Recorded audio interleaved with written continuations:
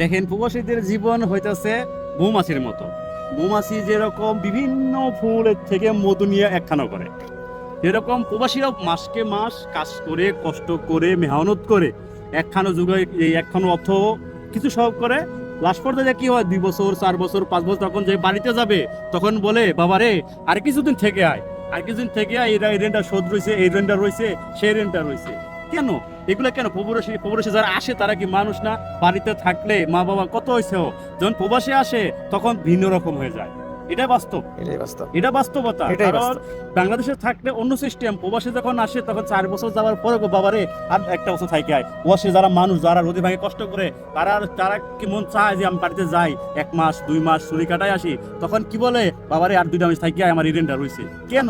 প্রবাসীদের জন্য কেন এত এইগুলা? প্রবাসীদের জন্য আরো মানুষের থেকে ভালোবাসা চাওয়া দরকার।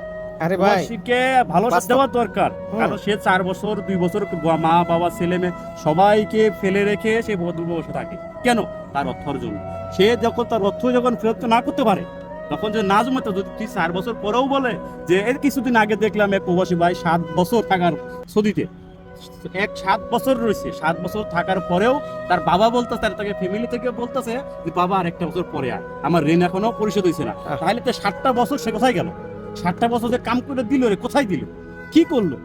তো ভাই সবাইকে, মা বাবাকে বলি, ভাই বোনদের বলি, শর্ট করতে না, মা বাবাকে বলি, ভাই বোনদের বলি, তাদের সাথে যারা প্রবাসী আছে তাদেরকে সুখ দেওয়ার চেষ্টা করেন এবং ভালোবাসার চেষ্টা করেন। আসসালামু আলাইকুম।